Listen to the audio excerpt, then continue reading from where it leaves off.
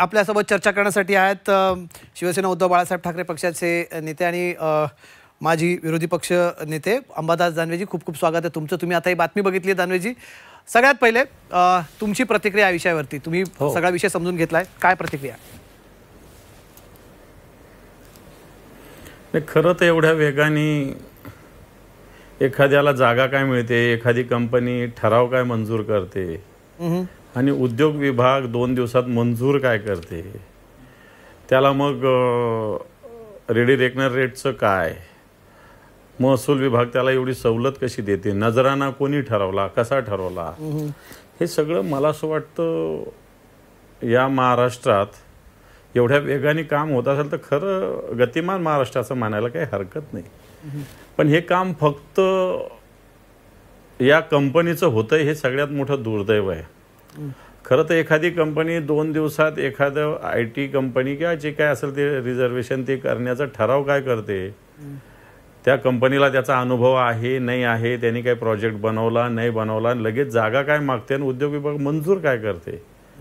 मला वाटतं सत्तेचं मिसयूज कशा पद्धतीने, हा महाराष्ट्र विकायला कशा पद्धतीनं काढला. आम्ही नेहमी म्हणतो ना टक्केवारीचं महाराष्ट्र विकायला काढलेलं यांनी, याचं हे ज्वलंत उदाहरण आहे. आणि एकीकडं अजितदादासारखे मंत्री म्हणतात शेतकऱ्यांना फुकट लागतं फुकट लागतं फुकट. तुम्हाला कशाला फुकट लागतं? तुम्हाला का फुकट लागतं? तुमच्या मुलांच्या कंपन्याला तुम्हाला का फुकट लागतं? 40 एकर जमिनीची किंमत काय कोरेगावमध्ये, मग तुम्हाला का फुकट लागतं? शेतकरी 1,00,000-2 लाख रुपये कर्जमाफीचे मागतो, ते तुम्हाला फुकट लागतं फुकट लागतं फुकट लागतं म्हणता. आणि तुम्ही काय करताय? तुम्ही काय करताय? या महाराष्ट्राला लुटून न्यायचं काम तुम्ही करताय. मला वाटतं निश्चित याच्याविषयी आवाज उठवावा लागेल आणि तो आवाज तर निश्चित आम्ही उठवू. काय वाटतं तुम्हाला याच्यात नक्की कोणाचा दोष असावा? कारण एक सरकारी जमीन आहे, सरकारच्या ताब्यात आहे, सरकार म्हणतात, खुद्द कलेक्टर म्हणतात. तुम्हाला मी कलेक्टर काय म्हटले थोडक्यात ऐकवतो. त्यांचं पहिला सगळ्यात ऐका ना, तुम्ही कलेक्टर काय म्हटले, पुण्याचे जिल्हाधिकारी, थोडक्यात तुम्हाला ऐकवतो. पुण्याचे जिल्हाधिकारी आमच्याशी विषयावरती बोललेत. ते काय म्हटले थोडक्यात त्यांचा पहिला 30 सेकंदाचा तुम्हाला मी मुद्दा ऐकवतो. ही हा जमीन महारत्नाची जमीन आहे आणि हा सध्या शासन जमाच आहे आणि शासनाच्या ताब्यामध्ये सुद्धा आहे. हा रिग्रांट करायला काही वर्षाआधी माननीय रेव्हेन्यू मिनिस्टरकडे काही लोकांनी अर्ज केला होता. त्याचा अर्ज फेटाळलाही होता आणि अजूनही हा जमीन आमच्याच ताब्यात आहे, म्हणजे शासन ताब्यातच आहे आणि पड जमीन आहे.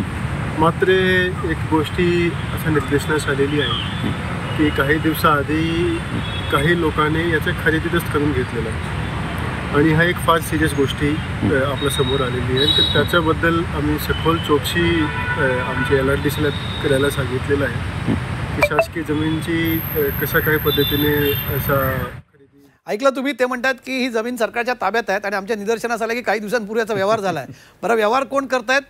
अमेडिया कंपनी. अमेडिया कंपनीचे मालक कोण आहेत? पार्थ अजित पवार आणि त्यांचे मामे भाऊ दिग्विजय पाटील. कंपनीचा पत्ता कुठे आहे? तर अजित पवारांचा जिथे निवास, जिथे वास्तव्य असतं पुण्यात, तिथला तो कंपनीचा पत्ता आहे. हे सगळं चक्रावून टाकणार आहे. चक्रावून काय टाकणार? मोठं मोठं राज्याला लुटण्याचा प्रकार. चक्रावून काय टाकणार आहे? हा राज्याचा घात आहे. सार्वजनिक मालमत्ता लुटण्याचा हा प्रकार आहे. जर कलेक्टर म्हणतात ही शासकीय जमीन आहे, ती जमीन विकणारे कोण आणि खरेदी करणारे कोण, सगळ्यात आधी यांना जेलमध्ये टाकलं पाहिजे. दुसरी गोष्ट, कलेक्टर साहेब सांगतात की महार वतनाची जमीन आहे. महार वतनाची जमीन ॲक्विजिशन झालेली आहे, भूसंपादन झालेलं आहे. भूसंपादन झाल्यानंतर वापस देणं या महाराष्ट्रातलं मला असं वाटतं फार तुरळक उदाहरणं असतील की भूसंपादन करून जमीन. तुम्हाला सांगतो या महाराष्ट्रात काय देशामध्ये भूसंपादन केलेले शेकडो जागा आहेत, उद्योग विभागाच्या सुद्धा जागा आहेत की तिथे इंडस्ट्री सुद्धा सुरू झालेली नाही. मग आपण त्यांना देणार का? तर नाही दे सगळं. कित्येक जलसंपदा विभागाने सुद्धा कित्येक ॲक्विजिशन केलेलं आहे, ते वापस देऊ शकतो का? तर नाही दिलं पाहिजे. मग असं असताना महार वतनाची जमीन एखाद्या प्रकल्पासाठी सरकार घेतं आणि ही जमीन मला असं वाटतं आता कलेक्टर म्हणतात आमच्या ताब्यात आहे, परंतु अजितदादा पवारांच्या पत्त्यावर असणारी त्यांच्या मुलाच्या नावाची जर अशा पद्धतीने जर एखाद्या सामान्य माणसाने केलं असतं तर आतापर्यंत कलेक्टरने जेलमध्ये टाकलं असतं त्याला उचलून. मग आता याला का नाही टाकत तुम्ही? याला का नाही टाकत तुम्ही? मग सगळ्या ठिकाणी अशा पद्धतीनं खुनं करणारे सत्ताधारी पक्षाचे लोक, राज्याला लुटणारे सत्ताधारी पक्षाचे लोक, आणि एकीकडे शेतकरी मरतोय आणि एकीकडे हे लुटतायत. म्हणून मला असं वाटतं हा सगळा गैरव्यवहार झालेला आहे.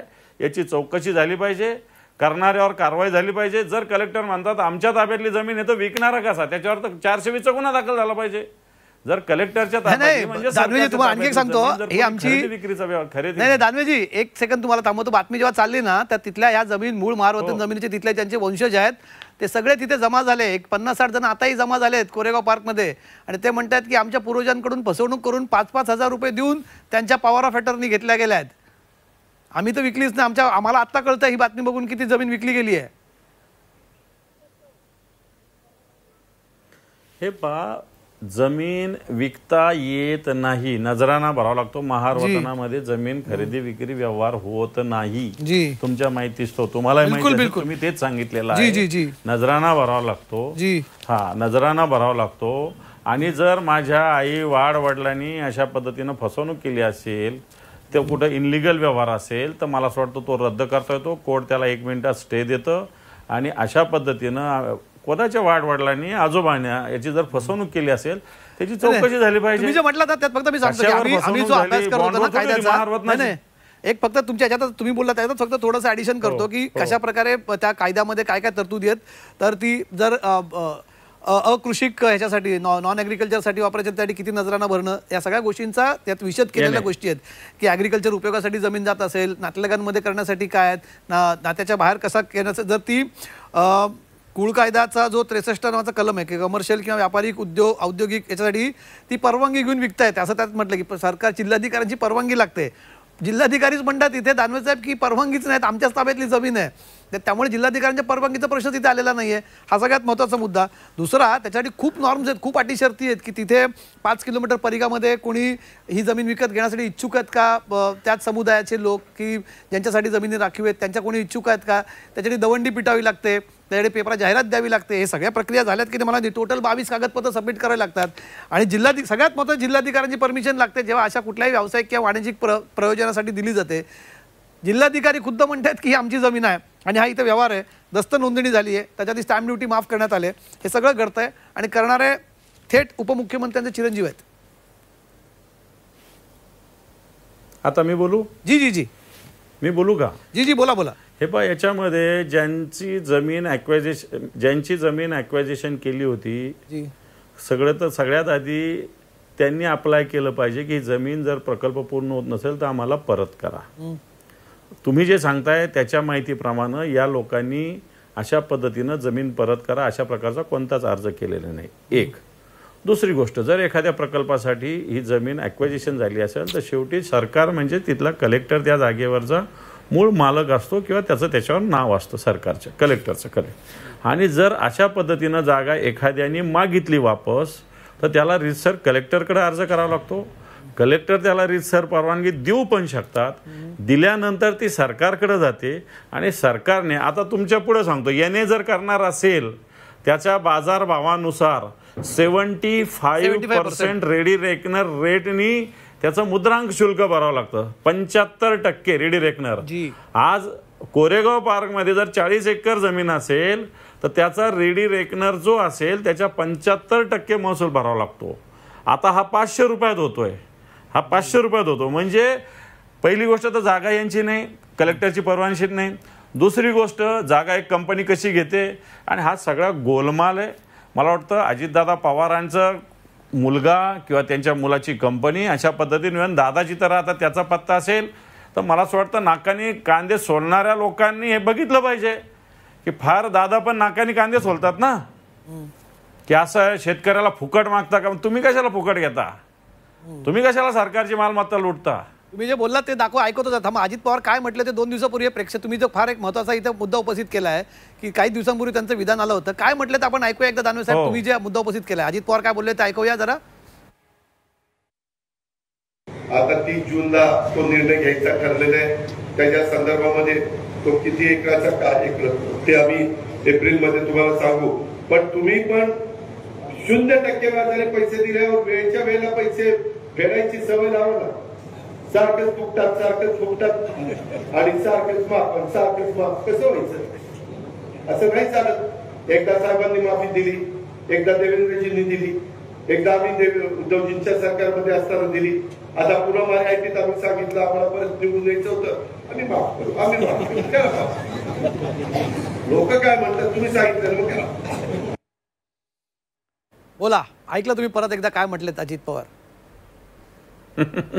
असं चालत नाही. मी मुद्दा तो उपस्थित केला होता आधी, तुम्ही तो ऐकवला मला. असं चालत नाही तर मग असं चालतं का? जी जमीन कलेक्टरच्या ताब्यात आहे, महार वतनाची, ती तुमच्या मुलाच्या कंपनीला विकत घेता येते का? विकत घेतली असेल तर बाजारभावाने विकत घ्यावी लागते. विकत घेतली असेल तर महार वतनाची असेल तर 75% रेडी रेकनरच्या रेटनी त्याचा मुद्रांक शुल्क भरावा लागतो. 2 दिवसात कंपनी स्थापन होते आणि 2 दिवसात त्या कंपनीला सरकार कसं देतं? मला असं वाटतं हे सगळे मुद्दे निश्चित महाराष्ट्रासमोर येतील जी. आणि हे अतिशय महाभयानक हा भ्रष्टाचार आहे असं मला तरी वाटतं. ठीक आहे, ठीक आहे. खूप खूप धन्यवाद अंबादास दानवेजी. तुम्ही आज झी 24 तासच्या विशेष प्रसारणात तुम्ही आमच्यासोबत आलात, आपली मतं मांडली.